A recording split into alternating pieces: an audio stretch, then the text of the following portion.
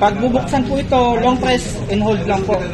Mapansin niyo po, yung blink po natin is minsan mabagal, minsan mabilis. Once po na mabilis, ibig sabihin, binubuksan po natin si remote po natin.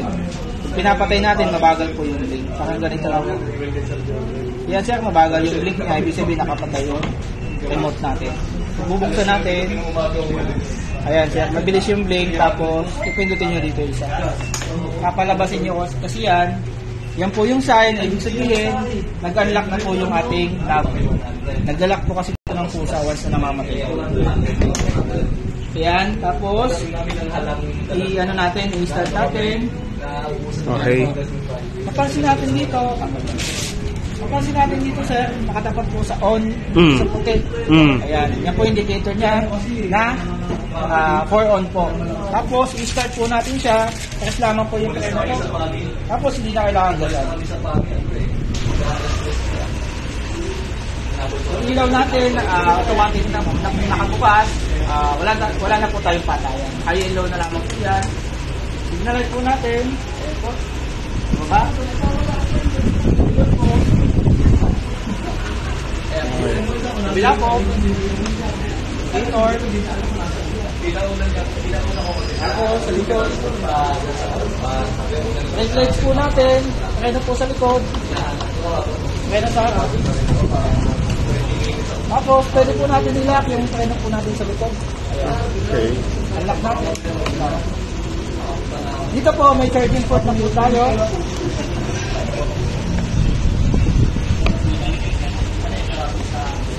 Tapos dito po sa right side po meron siyang hazard switch. Then stop and start system po. Once na nasa tapping po yan at naka-activate po, usap pong namamatay yung engine. Once na hindi po kayo sanay, pwede nyo po i-off. Tapos, halimbawa naman kayo po magbubukas ng compartment, hindi kaya kayo po magagas, tapat po sa open. Yung ating knob, para po mapindot po natin yung fuel, o di kaya yung seat.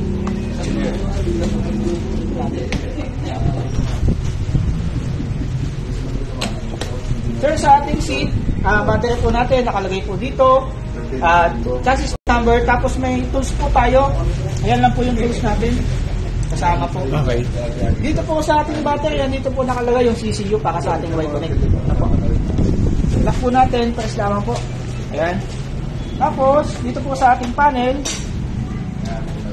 yung ating push button po dito, ayan dito po, yung sa menu. Mapansin natin sa ating panel, odo, speed, tapos ating oras po natin, ayan po, fuel gauge po nasa baba.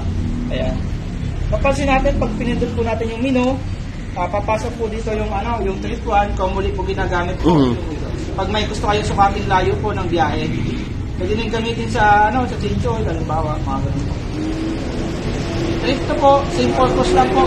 Distance comparison kung may mga susukating layo ng biyahe.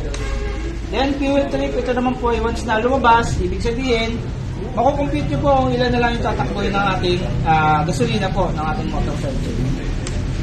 Then, fuel eco po sa ating matipid po na gas consumption. Sunod po yung average, pinaka-konsumo po natin sa ating gasolina. Then, battery indicator, dito po natin makikita yung status po ng ating battery. Then, ating change oil po. Napakalsin natin yung oil. Ayan po. Naka-pre-reset po siya ng first 1,000, then sunod po ay 3,000 na po. Then, belt po natin sa ating panggilid naman. Sa ating backlight po, sa ating panel po, pwede po natin i-adjust yung kanyang brightness po. Long press lamang po. Mag-blink. Pindot po kayo ng isa. Ayan. 3 settings lang po yan. Pinakamalabo po yung 1, 2, tapos 3. Ayan po. Okay. Long press po. Hold. Mag-stop yung blink. Okay na po. Then, balik po sa odo. Ayan, sir. Kung may mga katanungan po kayo na may kinalaman sa unit, pwede po tayo magtanong. Once na wala na po, i-explain na po yung paano gina na po yung ating unit po ay may Y-Connect pa. Para po halimbawa malubat si battery, pwede po natin matanggal sa loob, tapos ma-charge po yung battery. Okay po?